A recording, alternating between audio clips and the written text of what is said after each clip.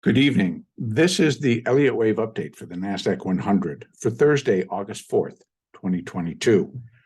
The markets, as I said in my S&P update, were disjointed to me today, where they seem to be moving directly opposite and like opposing forces being pulled and pushed. And that kind of lasted all day.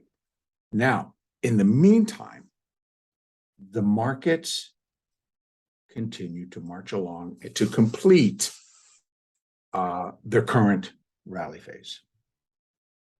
And I have left up the alternate count, which says that we likely have finished primary wave A. This is what the count says. Primary wave A, and that we're in the beginning stages of a primary B wave. And that generated some negative things from people. And I want to just restate, I am presenting something that has potential and does carry some weight on the probability scale. But the only thing that can tell us what and what direction it's going in is the market itself. So I continue to take my lead and get my clues, and then I put it into an Elliott count that shows you what could possibly happen.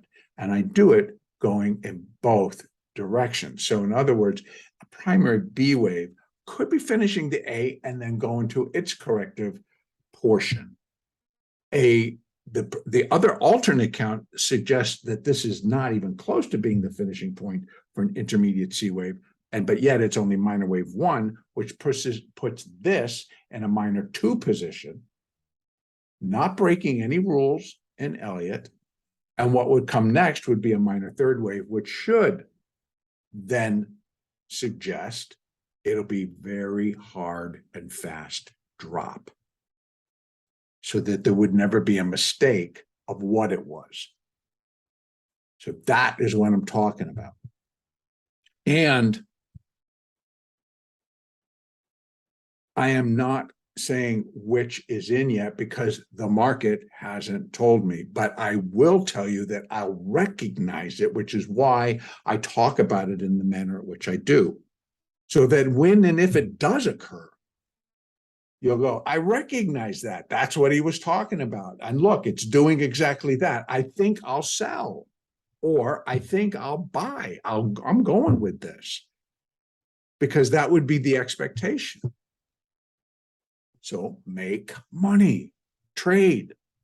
So I don't carry a bullish or bearish bias. I used to, but I'm finding why. Things are quantitative, so I'm going to go, okay, I'm going to think more quantitatively. And when I'm hearing quantitative models tell me certain things, I look at reality and go like, well, this is how they're spinning it. Doesn't mean it's reality, but that's how they're spinning it, and I got to trade with them. They're buying it. And so they're presenting it as a bullish move. And it's like, wow, yeah, because it's gone up and it's gone up pretty strongly. But to me, it's like, I don't want to look at it bullishly. That's where supply and demand is taking it. That's where value is being found, all the way up. All the way up. So value was found here. Value was found here. That's where buyers and sellers could meet, and the buyers were pretty strong. Sellers stepped away, then they stepped back in. You can see it. And here they just took over. And because of the levels, if the sellers are giving enough there and you're pushing, they're going to stop, because you're pushing them to go buy back in, so that if you want to keep pushing, they can keep selling. So there's a lot going on, but I believe that we're reaching a point where, and in fact, I'm going to change that because I did it on the S&P and I've got to do it here as well. I am going with the fact that I believe that it's an ABC, and that fits under either count. And the one that I'm looking at, it fits in the following way. It's an ABC, and it still is an intermediate A wave, and we still get a drop. So the difference remains. What will be the deciding factor is one count says that this is a minor one, and when it trips and turns and falls, it'll be fast, swift, and look for the break below 11,068. That will be your confirmation. And it'll go, well, it was trading at 13,300. Why? That's such a long way to go. It's like, well, when it's going, everyone's going to be wondering, okay, do I buy in here or do I sell it? And if you just get into your head, you don't have to sell it permanently and live with it. You can sell it and buy it back in probably 10 minutes or 10 seconds or less or a little bit more. But follow what the market is doing and make your money. And don't be concerned right now for the whys. And if you're looking to position, then it's a little bit different. But still, even while you're looking at your positions, if you have the ability to trade intraday, I would suggest doing it. Because the market's going to be the market, and you can feed your own account.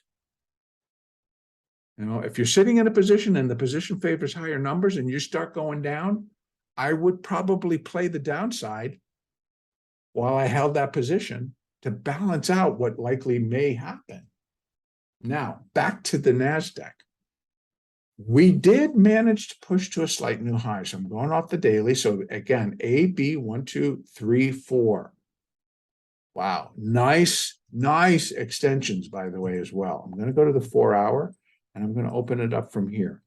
So here we have the A, the B, and then a 1, a 2, and the beautiful third that subdivided, got itself up to here, did a 4, and now the 5 is subdividing. So we have 1, 2, and then internally, is it a 3, a 4, and a 5? And I put the 3 there, the 4, and we got a 5 to do. So we didn't make it quite. The S&P did, NASDAQ did, and our high is 13,359. That was during Globex. And today, in our session, we got to 13,347. So again, here we sit. Is it a failure, or did we just kind of drop down and now we're heading back up? Because we did close at the higher end. And so that kind of would suggest we likely will continue higher, finish this beautiful upside move, full of holy cow, are we done? Holy cow, are we done? Oh, what is that? And reports and interest rates and everything got all tossed into this mishmash. So what can I look for? We've reached 13,328. In fact, we closed on it. We're bidding below it. Now, we got resistance and fib resistance at 13,448, 13,536, 13,619, and then 100% at 13,836. 618 to 50, those are your major candidates for a fifth wave when compared to the third wave. So, and I could extend those a little bit. And you know what? I'm going to do it right now, because it may have been this. Let's see, 1, 2, 1, 2, 1, 2. I'm just going to put it there and see, because I think there was a gloriously strong third wave. 13,800, 13,600. And could have pushed from here 300, 400 points tomorrow? Yes. Yes, it can. It could go all the way. Yes, it can, and be done. Now, do you want to sit it out? Do you want to wonder? Do you want to just trade with them and get out? That's why I'm a day trader, and there's plenty, and there's a lot of money flowing around, and it's going to continue. Whether it's going down, whether it's going up, the money shift is continuing. So that's the other thing that I really will look at. I'm looking at to see whether or not, where's the money flowing? Is the money flowing in, money flowing out? And I think we're going to have a little bit more of a sector rotation. I don't know why I'm feeling it so strongly, but I am. And really by next week all earnings are done, and then we're in basically what they want to call no man's land. So now we really then have to turn and focus on how is that inflation doing? But now we got to go take a look at how we're doing on our GDP, how we're doing on consumer confidence, how we're doing on producer prices and consumer prices, blah, blah, blah. Oh, okay. And then by the time we get through all of that, and then we got to start looking at next quarter. So it will continue. All right.